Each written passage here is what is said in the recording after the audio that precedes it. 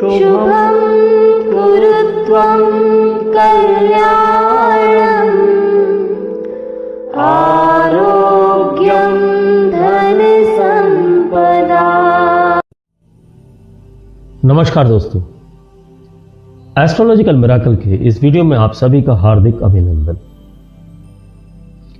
ग्रह परिचय माला में आज हम देवगुरु बृहस्पति के बारे में बात करने जा रहे हैं। ज्योतिष शास्त्र में देवगुरु बृहस्पति को गुरु के नाम से भी जाना जाता है और ग्रहों में सबसे ज्यादा शुभता गुरु के पास होती है।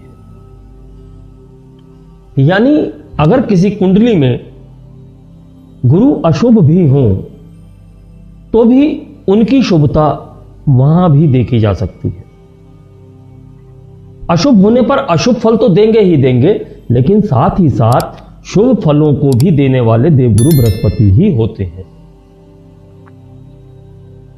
राजतंत्र की बात करें तो हमारे ग्रहों के राजतंत्र में देवगुरु बृहस्पति को मंत्री पद प्राप्त है। मंत्री पद में रक्षा मंत्री, गृह मंत्री और शिक्षा मंत्री जैसे पद देवगुरु बृहस्पति को प्राप्त है। अब हम इनके गुण, धर्म, तत्व, प्रकृति की बात करते हैं तो देवगुरु बृहस्पति का वर्ण ब्राह्मण वर्ण है, वर्ण के हिसाब से, जाति के हिसाब से नहीं। और तत्व इनका आकाश तत्व है। प्रकृति कफ प्रकृति है। अगर लिंग की बात करें तो देवगुरु बृहस्पति पुरुष ग्रह है। जब हम बात करते हैं इनके स्थान की तो इनका स्थान होता है कोश, कोशालय, धर्म स्थान। ऐसी जगह पर देवगुरु बृहस्पति की उपस्थिति मानी जाती है। अगर हम इनके स्वाद की बात करें तो देवगुरु बृहस्पति का स्वाद होता है मीठा। यानी जिन कुंडलियों में देवगुरु बृहस्पति प्रधान होते हैं या जो कह सकते हैं जातक देवगुरु बृहस्पति से ज्यादा प्रभावित होते हैं, उन्हें मीठा बहुत पसंद होता है। अब अगर हम बात करें कारक तत्वों की तो देवगुरु बृहस्पति द्वितीय, पंचम और 11वें भाव के कारक है। यहां स्वामित्व नहीं, कारकत्व की बात हो रही है। देवगुरु बृहस्पति धनु और मीन राशि के स्वामी हैं। यह दो राशियां देवगुरु बृहस्पति के प्रतिनिधित्व में है। जब हम देवगुरु बृहस्पति के मित्र और शत्रुओं की बात करते हैं तो ग्रहों में सूर्य, चंद्र और मंगल देवगुरु बृहस्पति के मित्र ग्रह हैं और बुध और शुक्र देवगुरु बृहस्पति के शत्रु ग्रह हैं। शनि को गुरु सम मानता है। तो जैसा मैंने आपसे कहा कि इन्हें द्वितीय, पंचम और 11वें भाव का कारकत्व प्राप्त है, तो द्वितीय भाव से धन की बात होती है, द्वितीय भाव से कुटुंब की बात होती है, पंचम भाव से शिक्षा, संतान और प्रेम की बात होती है, पूर्वार्जित कर्मों की बात होती है। यानी कि जो कर्म हमने पिछले जन्म में किए हैं उनका फल हमें इस जन्म में किस प्रकार प्राप्त होता है, यह हम पंचम भाव से देखते हैं और वहां का कारकत्व देवगुरु बृहस्पति के पास है।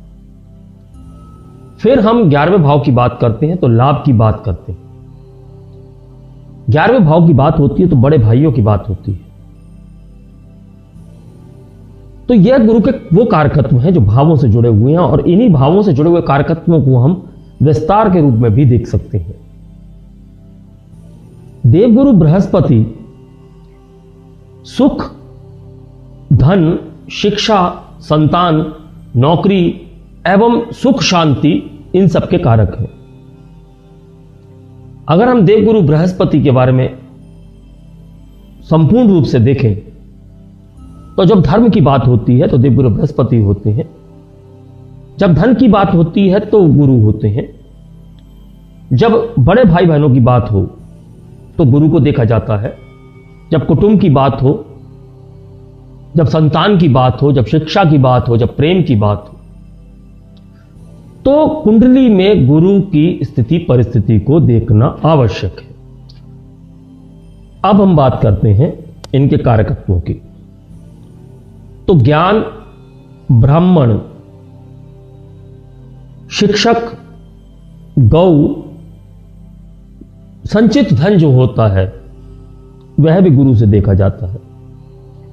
और कान की बीमारी है, वसा यानी कि फैट है, यानी आप दुबले होंगे कि मोटे होंगे, यह देवगुरु बृहस्पति निर्धारित करते हैं। पेट की बीमारी भी देवगुरु बृहस्पति से ही देखी जाती है। राज्य से जो आपको सम्मान मिलता है उसके कारक भी देवगुरु बृहस्पति हैं। तप, धर्म, दान, ज्ञान, इन सब के कारक देवगुरु बृहस्पति हैं। और हम जब बात करते हैं किसी अनुष्ठान की, व्याख्यान की, शक्ति की, तो देवगुरु बृहस्पति को प्राथमिक तौर पर देखना आवश्यक है। तो ये देवगुरु बृहस्पति के मुख्य कारकत्व हैं। अगर विस्तार में जाएंगे तो कुल कारकत्वों को एक वीडियो में समेटना संभव नहीं। अब इनके गोचर काल की बात कर लेते हैं। देवगुरु बृहस्पति एक राशि को 12 महीने में पूर्ण करते हैं, यानी एक राशि में देवगुरु बृहस्पति का 12 महीने का गोचर काल होता है। अगर पूरे भचक्र की बात करें 12 राशियों की, तो 12 राशियों में देवगुरु बृहस्पति को 12 साल लगते हैं पूरा घूमने। इनका दशाकाल 16 वर्ष का होता है। जब हम इनके नक्षत्रों की बात करते हैं तो पुनर्वसु, विशाखा और पूर्वा भाद्रपद नक्षत्रों पर इनका प्रतिनिधित्व होता है। ऋतुओं में हेमंत ऋतु पर प्रतिनिधित्व होता है और इनके जो वस्त्र हैं वो पीतांबर वस्त्र हैं। तो ये देवगुरु बृहस्पति हैं। यह एक शुभ ग्रह है। इनकी शुभता कुंडलियों में देखी जा सकती है। जहां यह अशुभ होकर बैठे हैं वहां भी यह अपना शुभ फल देने में बिल्कुल भी चूक नहीं करते।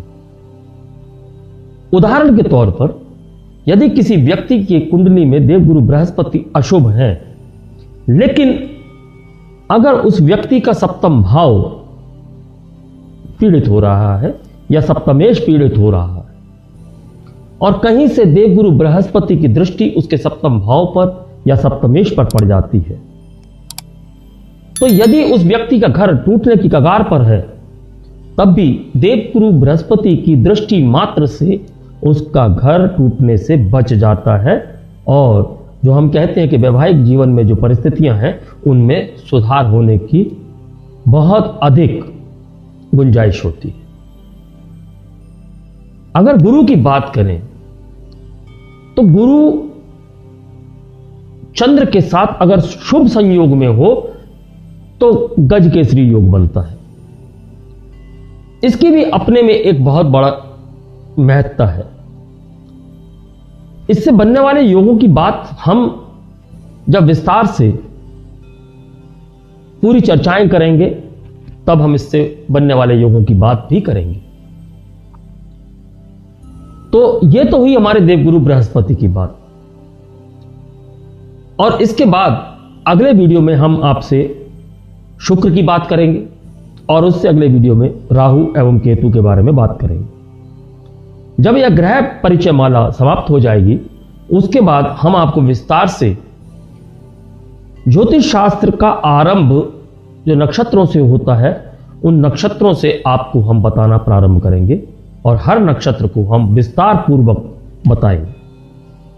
यदि आपने नक्षत्रों को विस्तार पूर्वक समझ लिया तो आप यह मान के चलिए कि आपने ज्योतिष शास्त्र के मर्म को समझ लिया,